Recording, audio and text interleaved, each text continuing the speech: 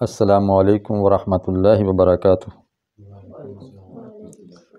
الحمد للہ وکفی والصلاة والسلام علی من لا نبی بعدہ، اما بعد فاعوذ باللہ من الشیطان الرجیم، بسم اللہ الرحمن الرحیم۔ فقلت استغفروا ربکم انہ کان غفارا یرسل السماء علیکم مدرارا وَيُمْدِدْكُمْ بِأَمْوَالٍ وَبَنِينَ وَيَجْعَلْ لَكُمْ جَنَّاتٍ وَيَجْعَلْ لَكُمْ أَنْهَارًا مَا لَكُمْ لَا تَرْجُونَ لِلَّهِ وَقَارًا وَقَدْ خَلَقَكُمْ أَطْوَارًا أَلَمْ تَرَوْا كَيْفَ خَلَقَ اللَّهُ سَبْعَ سَمَاوَاتٍ طِبَاقًا صدق اللہ العظیم۔ معزز سامعین و ناظرین، سورہ نوح کی آپ کے سامنے کچھ آیات تلاوت کی ہیں۔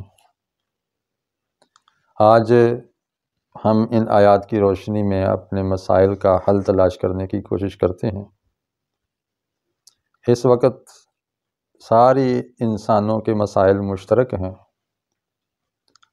اور سب سے میجر اور بڑے بڑے انسانی مسائل یہ ہیں کہ ان کو خشک سالی، بدحالی کا اور مالی پریشانیوں کا سامنا ہے۔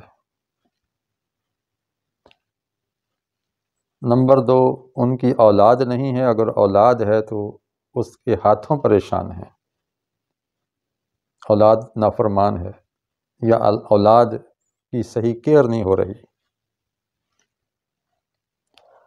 اور ایک مسئلہ یہ ہے کہ فصلیں تباہ ہو رہی ہیں، باغات اجڑ رہے ہیں،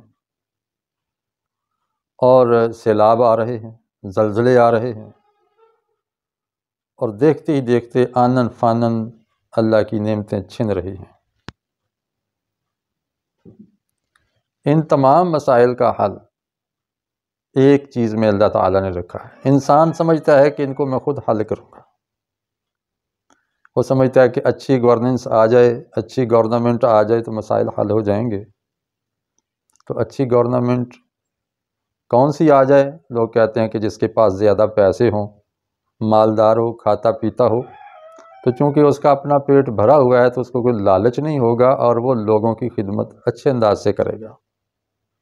ٹائم اس کے پاس ہوگا، سواری اس کے پاس ہوگی، اور وہ کسی کا محتاج نہیں ہے، تو وہ ایسا لیڈر اور رہنما ہوگا تو ہمارے مسائل حل کر دے گا۔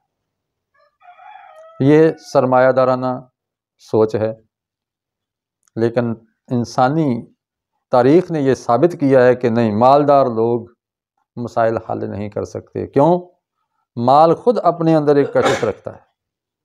مال کا لالچ، مال کی طلب انسان کی کم نہیں ہوتی، بڑھتی ہے۔ اس لیے تاریخ انسانی نے جتنے بھی مصلح دیکھے ہیں کہ جنہوں نے معاشرے کو کچھ دیا ہے، تو وہ غریب خاندان تھے۔ سارے انبیاء علیہ السلام کو دیکھ لیں، چلیں اگر وہ اللہ تعالیٰ نے ان کو دیا بھی تھا تو انہوں نے اپنے پاس نہیں رکھا، انہوں نے غریبوں، مسکینوں، ضرورت مندوں، حاجت مندوں میں تقسیم کر دیا، اور ثابت کیا کہ ہم غریبوں کے ساتھ ہیں اور ان کے سچے خیر خواہ ہیں۔ لہٰذا یہ جو مال کی بہتات ہے، یہ بھی بندے کے مسائل کا حل نہیں ہے۔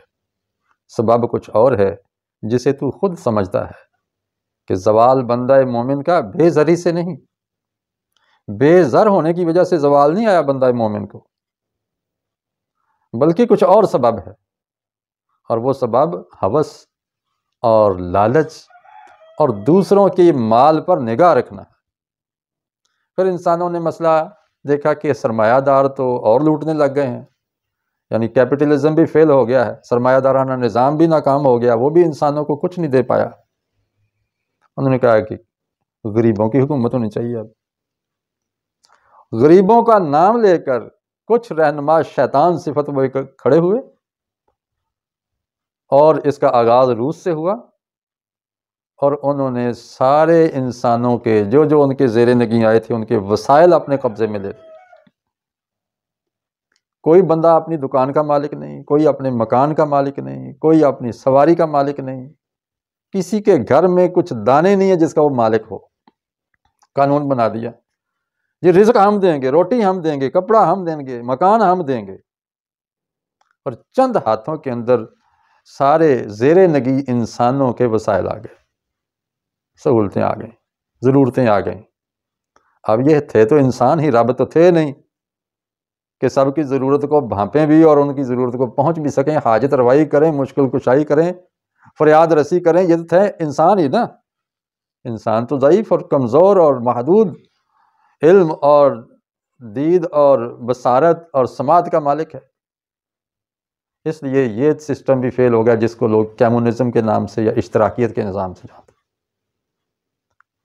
اور ماسکو کے اندر دفن ہو گیا یہ سسٹم، یہ سوچ کہ نہیں، غریبوں کی حکومت بھی اس کو نفع نہیں دے سکتی۔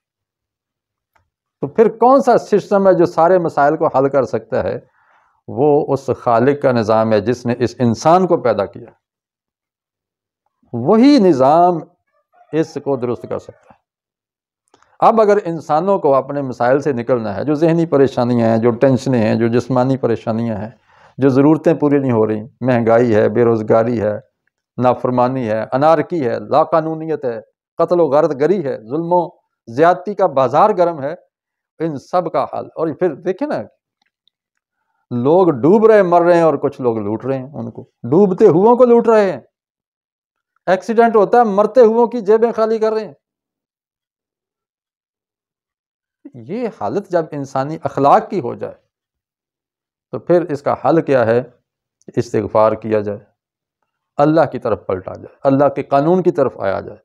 جس نے اس کائنات کو بنایا، جس نے اس زندگی کو بنایا، اور جس نے انسان کو بنایا ہے، اس خالق، مالک، رازق اور حاکم کے حکم کو نافذ کیا جائے تو مسائل حل ہو جائیں گے۔ قُلْتُ اسْتَغْفِرُوا رَبَّكُمْ إِنَّهُ كَانَ غَفَّارًا۔ یہ میں نے کہا، نوح علیہ السلام نے عرض کیا اللہ سے کہ میں نے تو ان سے کہا تھا کہ اپنے رب سے استغفار کر لو، وہ بڑا بخشن ہار ہے۔ یرسل السماء علیکم مدرارا، تم پر آسمان سے بارشیں موسلا دھار برسائے گا، ویمددکم باموال، اور بابرکت مال سے نوازے گا۔ مال اکٹھا کر لینا، بہتات ہو جانا، یہ کوئی کمال نہیں ہے۔ مال تو وہ مفید ہے جو انسان کے کام آئے، انسان کو سکون بخشے، راحت دے، سکون دے۔ کیا کرنا ہے اس مال کو؟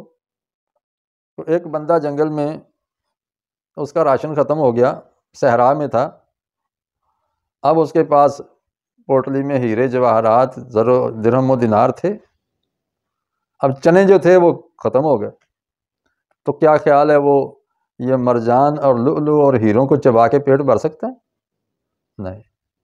اصل تو وہی چنے ہی کام آئیں گے، وہ دانے ہی کام آئیں گے جو اللہ تعالیٰ نے یہ ہیرے موتی پیدا کیے ہیں۔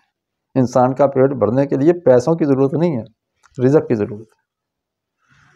تو اللہ تعالیٰ ایسا مال دے گا جو تمہارے پیٹ کا حصہ بنے، تمہارے جسم کا حصہ بنے، تمہیں سکون دے، تمہیں طاقت دے۔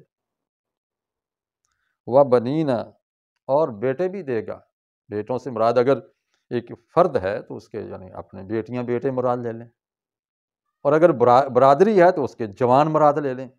وہی جوان ہے قبیلے کی آنکھ کا تارا، شباب جس کا ہے بے داغ، ضرب ہے کاری، تو ایسے جوان ملیں گے۔ اور اگر ملک ہے تو اس کو فوج ملے گی، پولیس ملے گی، اس کو کرتا دھرتا لوگ ملیں گے، باصلاحیت فورس ملے گی، افرادی قوت ملے گی۔ اللہ تعالیٰ ایسی چیزیں دے گا۔ وگرنہ قوموں کی قومیں پڑی ہیں، نشے میں دھوتے ہیں، جوان کوڑا کرکٹ میں اپنے آپ کو بہتر محسوس کر رہے ہیں، بدبو اور تعفن کے ماحول میں پل رہے ہیں۔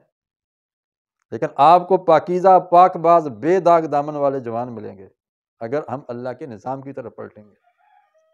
وَيَجْعَلْ لَكُمْ جَنَّاتٍ، اور ان جوانوں کو کوئی رزق کا بھی مسئلہ نہیں ہوگا، اولاد کو باغات ہوں گے، فصلیں ہوں گی۔ وَيَجْعَلْ لَكُمْ أَنْهَارًا، اور ان فصلوں کو بھی کوئی مسئلہ نہیں ہوگا کہ ان کا پانی کا کہاں انتظام کریں، اللہ نہریں جاری کر دے گا۔ کیوں؟ پانی اس کے اختیار میں، ہوا اس کے اختیار میں، بادل اس خالق حقیقی کے اختیار میں، اولاد اس کے اختیار میں، ہر چیز تو اس کے پاس ہے۔ تو کیوں نہ اس سپر پاور کو منا لیا جائے، اس کو راضی کر لیا جائے۔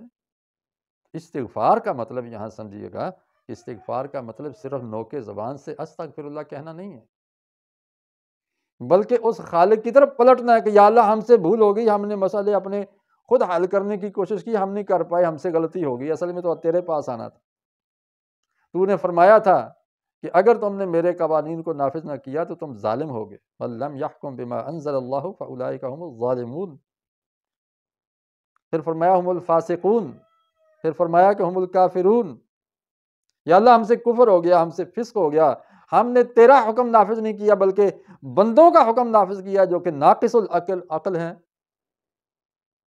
اور جن کی ہر چیز محدود ہے۔ یا اللہ ہم تیری طرف پلٹتے ہیں، تو یہ سسٹم کو چینج کیا جائے، اللہ کے نظام کو نافذ کیا جائے، تو سارے مسائل حل ہو جائیں گے۔ اسلامی پاکستان، خوشحال پاکستان۔ وآخر دعوانا ان الحمد للہ رب العالمین۔